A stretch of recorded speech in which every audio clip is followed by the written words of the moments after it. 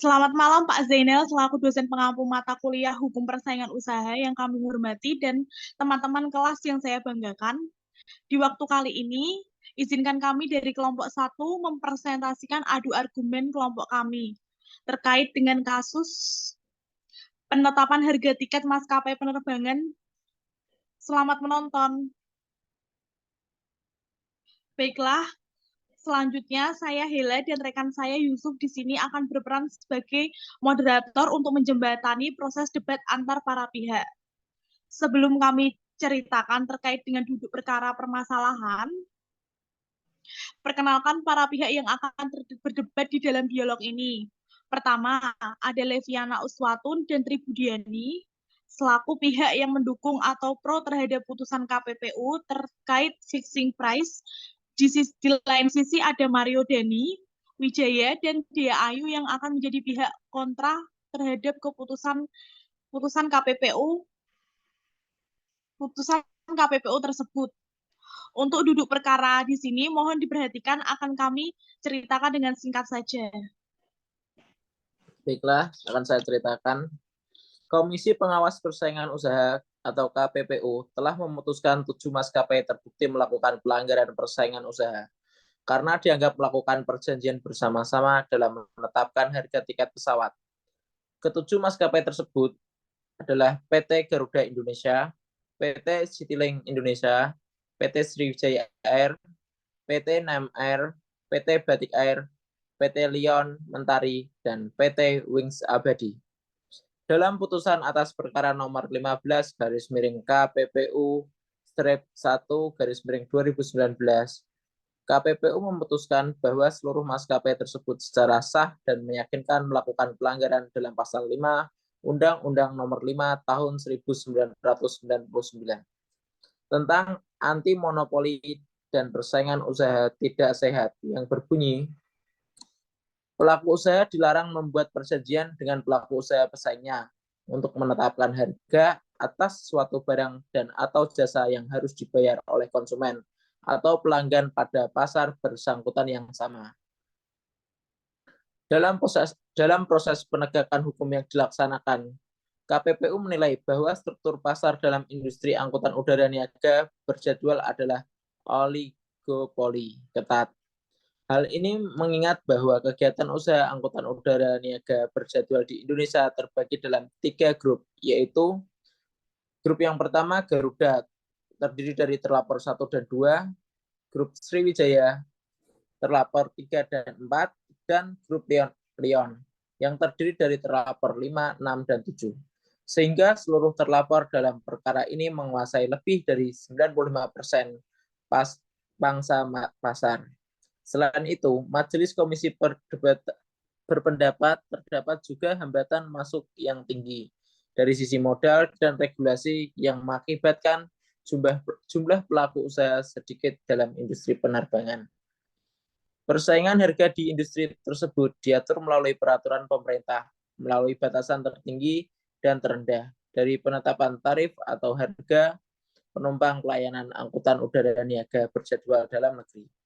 Sehingga masih terdapat ruang persaingan harga di antara rentang batas waktu tersebut. Berdasarkan persidangan, Majelis Komisi menilai bahwa telah terdapat contract action atau paralelisme pada terlapor.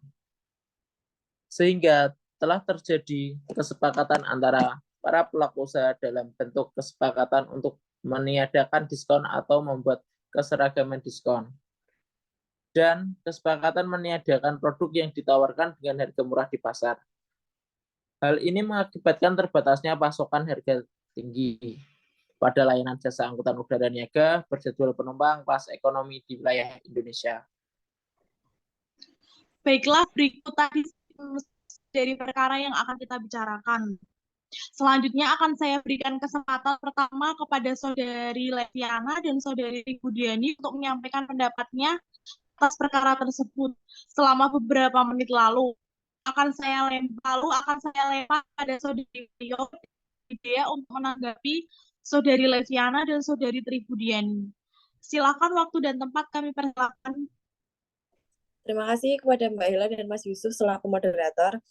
langsung saja sesuai dengan putusan KPPU, saya merasa hal tersebut wajar dan memang sudah seharusnya karena penetapan harga atau price fixing antar pelaku usaha dilarang oleh pasal 5 dari Undang-Undang Anti Monopoli.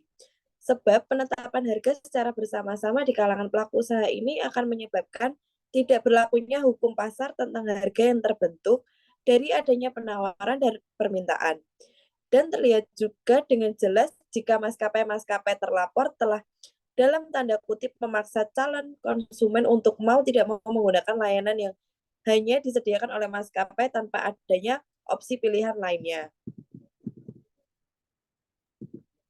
Ditambah dengan kartel yang terjadi antara para maskapai terlapor itu pula, menyebabkan konsumen yang ingin pindah maskapai pun akan mendapat kecurangan yang sama.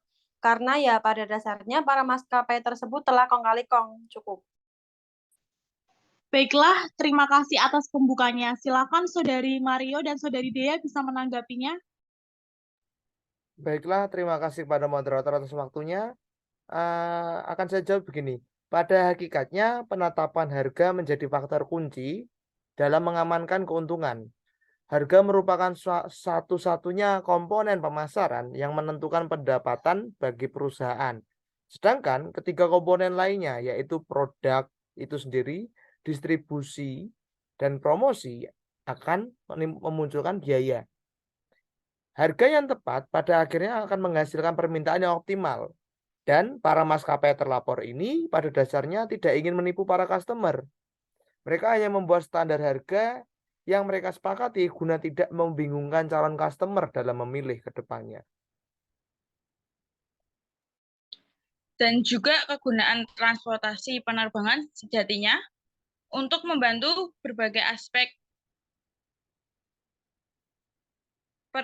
perniagaan sehingga calon customer pun tidak akan berpikir sejauh itu. Asalkan kebutuhannya terpenuhi dan harga yang ditawarkan juga masih standar penerbangan global. Silakan pihak pro menyampaikan argumennya. Baiklah, jika saudara menyampaikan hal demikian dengan tujuan membantu aspek ini perniagaan, maka penetapan harga merupakan salah satu bentuk pelanggaran terhadap hukum persaingan karena perilaku kesepakatan penetapan harga akan secara langsung menghilangkan persaingan yang seharusnya terjadi di antara perusahaan-perusahaan yang ada di pasar. Dalam kondisi persaingan, harga akan terdorong turun mendekati biaya produksi dan jumlah produksi di pasar juga akan meningkat.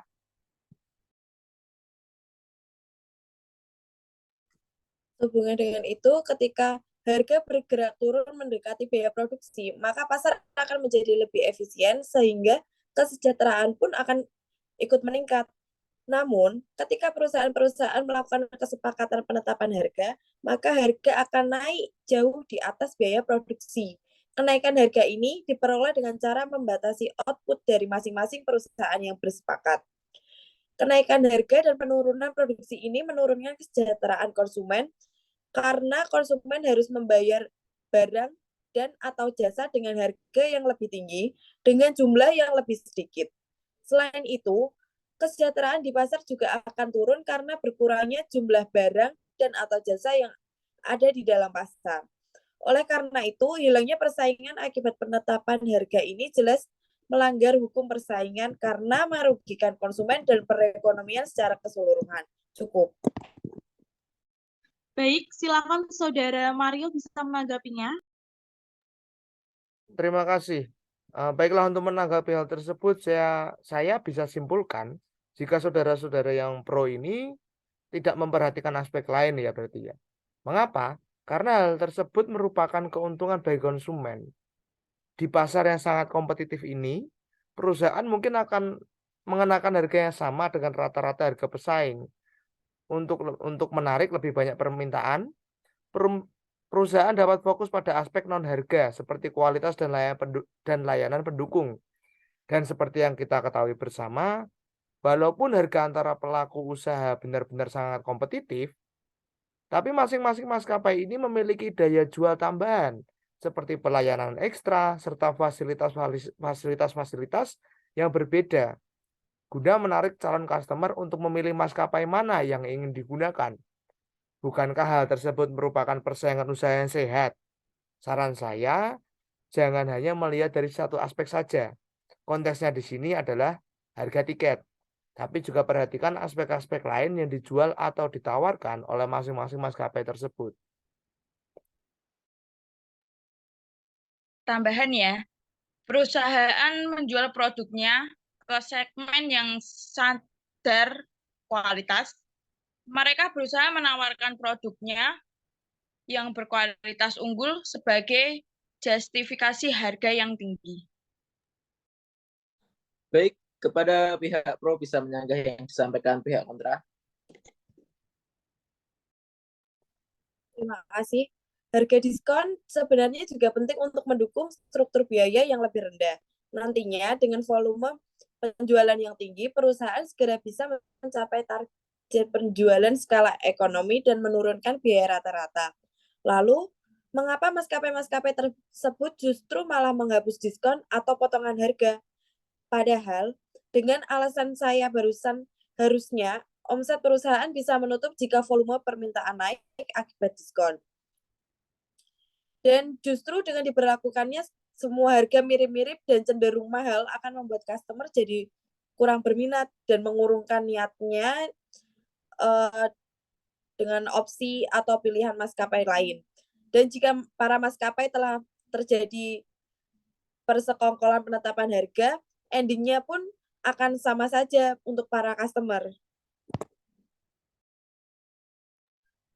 Izin menambahkan, jika yang saudara katakan terkait mengincar mangsa pasar yang sadar akan kualitas, apakah saudara tidak kepikiran jika biaya mereka untuk pergi ke suatu tempat dengan menggunakan armada udara saja mahal, bagaimana dengan dampak negatif pada tujuan mereka selanjutnya? Contoh saja, customer menggunakan pesawat untuk tujuan liburan. Yang akan timbul adalah customer jadi sulit menghemat budget liburan karena tidak adanya harga diskon dari biaya penerbangan mereka. Cukup. Silakan ditanggapi Saudara Mario dan Dea. Terima kasih. Saya akan memberikan komentar bahwa seharusnya yang kami lakukan jika dilihat dari sudut pandang lain, malah akan melahirkan motivasi bagi para customer untuk menjadi manusia yang lebih baik secara finansial. Mengapa? Karena para customer menganggap berkendara menggunakan pesawat merupakan jasa angkut yang mewah dan mereka akan menabung serta mengestimasi biaya liburan menjadi lebih matang dong seharusnya. Terkait pula dengan regulasi pemberian diskon akan saya tanggapi begini. Diskon atau potongan harga justru akan membuat konsumen lari ke produk lain yang memang memberikan diskon. Sedangkan kita tidak tahu kondisi perekonomian maskapai yang tidak memberikan diskon tersebut seperti apa. Mungkin pertimbangan mereka untuk tidak memberikan diskon karena memang kondisi keuangan sedang tidak baik. Jadinya untuk mereka tidak ada biaya lebih untuk memberikan diskon kepada konsumen. Bukannya justru itu akan menimbulkan persaingan usaha yang tidak sehat. Maka dari itu, para maskapai sepakat untuk tidak memberikan diskon atau program potongan harga tertentu kepada konsumen.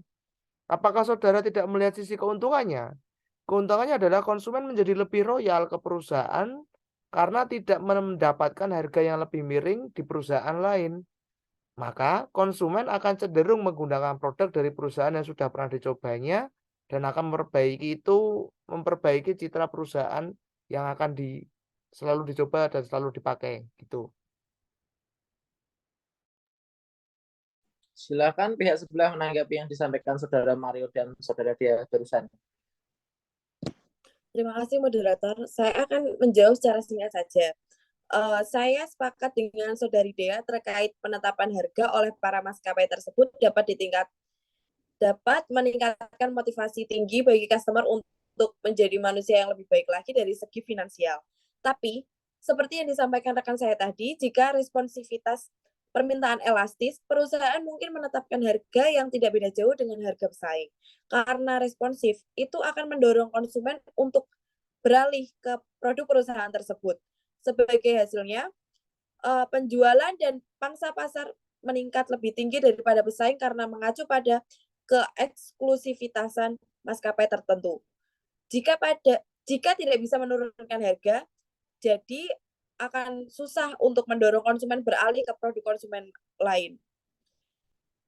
Dan pula jika perusahaan besar pun tidak pasti menang dalam persaingan karena tidak adanya perang harga.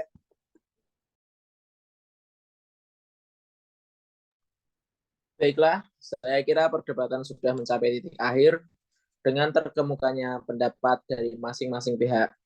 Sebelum saya bacakan konklusi dari pertemuan hari ini, perkenankan saya bertanya kepada Saudara Mario sebagai pihak yang membela para maskapai terlapor ini. Apa tujuan sebenarnya para maskapai terlapor ini, Saudara Mario?